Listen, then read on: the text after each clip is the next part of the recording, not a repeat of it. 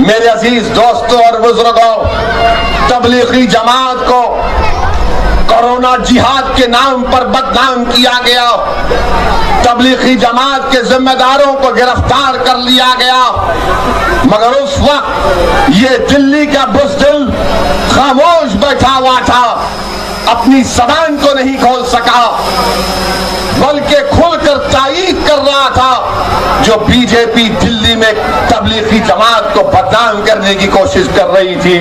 याद रखो, मजलिस के लोग जब कामयाब होंगे तो कामयाब इसलिए नहीं होते कि मोडासा में हम अपना जुलूस निकाले, कामयाब इसलिए नहीं होते कि जिंदाबाद जिंदाबाद के नारे लगाए, कामयाब इसलिए करना और कामयाब इसलिए होते कि जब मोडासा की जनता के मुस्तकबिल के फैसले किए जाएंगे तो मजलिस का नुमाइंदा जो फैसला करने वाला होगा उसके सामने कुर्सी डालकर बैठकर, पैर पर पैर डालकर बैठकर उसकी आंखों में आंखें डालकर कहेगा, अब वो कुछ नहीं होगा मोडासा में जो तुमने 40 साल से किया, अब यहां पर मेरे मोहल्ले में काम होगा, यहां पर रोड पड़ी जाएगी, ड्रेनेज का काम होगा, यहां पर मुझे अपना हक मिलेगा।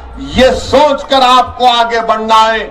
मेरी आपसे अपील है कि 28 तारीख के दिन अपना एक वोट का इस्तेमाल करिए, और मैं बीजेपी को चाहने वालों के लिए कह रहा हूं कि हाँ, आप बीजेपी को वोट दे सकते हैं, इसलिए कि माशाअल्लाह अब गुजरात में पेट्रोल और डीजल 88 रुपीस पर लीटर हो चुका है,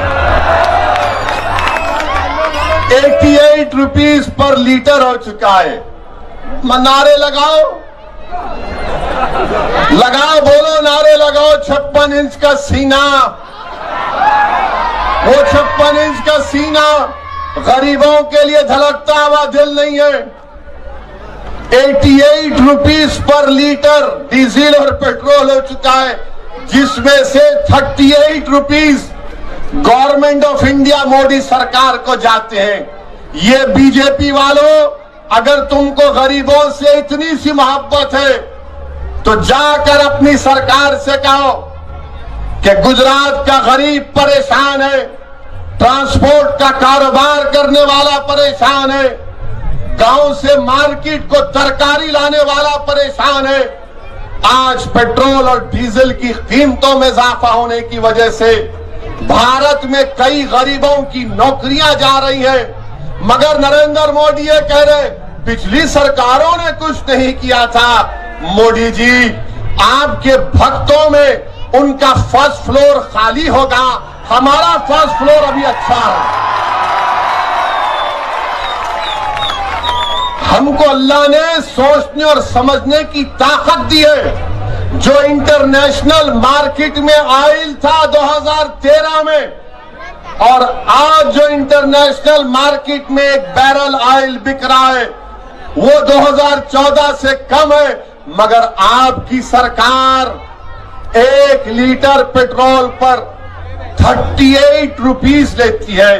मोदी जी, अगर आप गरीबी को देखें, अगर आप गरीबी से अपना सियासी सफर करते हुए गुजरात से दिल्ली के बादशाह बन चुके हैं, तो भारत का गरीब, गुजरात का गरीब, उस गरीबों के नाम पर वोट लेने वाले प्रधानमंत्री से अपील करता है कि अगर आप वाकई में गरीबों से मोहब्बत करते हैं मिस्टर नरेंद्र मोदी, तो 38 रुपीस का जो आप टैक्स ले रहे हैं गरीबों से, ये टैक्स नहीं ले रहे मोदी जी, आप उन गरीबों से उनका खून चूस रहे हैं। अगर आप गरीबों के हमदर्द हैं तो कल ऐलान कर दो आप मन की बात में कि भाइयों बहनों, मैंने गरीबों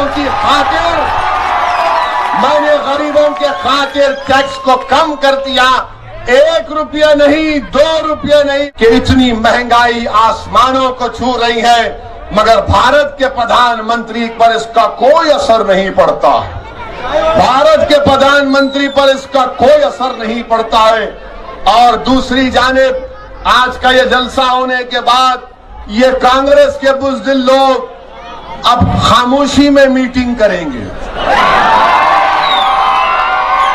फोन लगाएंगे एक दूसरे को, अरे वो आया था शेरवानी पहनकर, सर पे गोल टोपी पहनकर। इसकी बातों का यकीन मत करना, इसकी बातों का यकीन मत करना। ये हम यहां पर गड़बड़ करा देगा मोडासा में, ये टेंशन पैदा कर देगा। अरे कांग्रेस के पापियों, कांग्रेस के बुज़दिलों, अरे तुम में हिम्मत नहीं है हक को बयान करने की। अल्लाह तुम्हारे मुंह में भी जबान दिया, मेरे मुंह में भी जबान दिया। फर्क सिर्फ इतना है कि तुम वो जबान को गुलामी के लिए इस्तेमाल करते हो, मैं इस जबान को मजलूमों के हक के लिए इस्तेमाल करता हूं। तुम और मुझ में इतना ही फर्क है। तुम्हारी जबान गुलामी की आदी हो चुकी है और मेरी जबान जब तक मेरी आंख खुला रहेगी, जब तक जिस्म में अल्लाह एक सांस को बाकी रखेगा, मैं मजलूमों की आवाज बनता रहूंगा, मजलूमों के हक के लिए लड़ता रहूंगा, जालिमों से पंजा आजमाई करता रहूंगा जमहूरियत के दायरे में रहकर। ये काम हमको करना है। ये कांग्रेस पार्टी से अब कुछ होने वाला नहीं है, कुछ भी नहीं हो सकता कांग्रेस पार्टी का।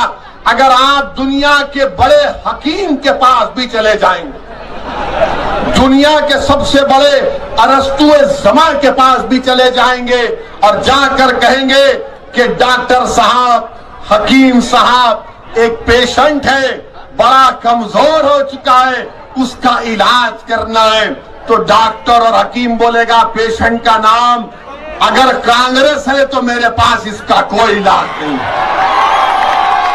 इसका कोई इलाज नहीं है। ये कांग्रेस के लोग बी टीम मुझे कहते हैं। अरे बिहार में हमने 5 सीट जीते हैं, तो बताओ वहां पर किसको हराया हमने? कांग्रेस को भी हराया, बीजेपी को भी हराया। बताइए आप, आज अगर बीजेपी से कोई मुकाबला कर रहा है पार्लियामेंट में, कौन कर रहा है? कांग्रेस के 50 एमपी है, क्या बोलते हैं उनको ही मालूम, आदि अल्फाज चाप कर बोलते हैं। जब CAA NPR NRC का कानून आया तो किसने बीजेपी के 300 MPs के सामने ये कहा कि तुम्हारा ये CAA का कानून भारत के संविधान के खिलाफ है? किसने बीजेपी के सामने आंखों में आके डालकर कहा था कि जिस तरह महात्मा गांधी ने साउथ अफ्रीका में सफेद फाम हुकूमत के कानून को फाड़ दिया था, इसी तरह जसउद्दीन ओवैसी भारत के लोकसभा में इन तमाम के सामने खड़े होकर CAA के कानून को हमने फाड़ दिया। ये इनसे नहीं हो सकता है, ये कांग्रेस के बुज़दिलों से नहीं हो सकता। ये याद रखो आप, मेरा जैसा जलसा खत्म होगा, रात से ये चमचे काम पे लग जाएंगे,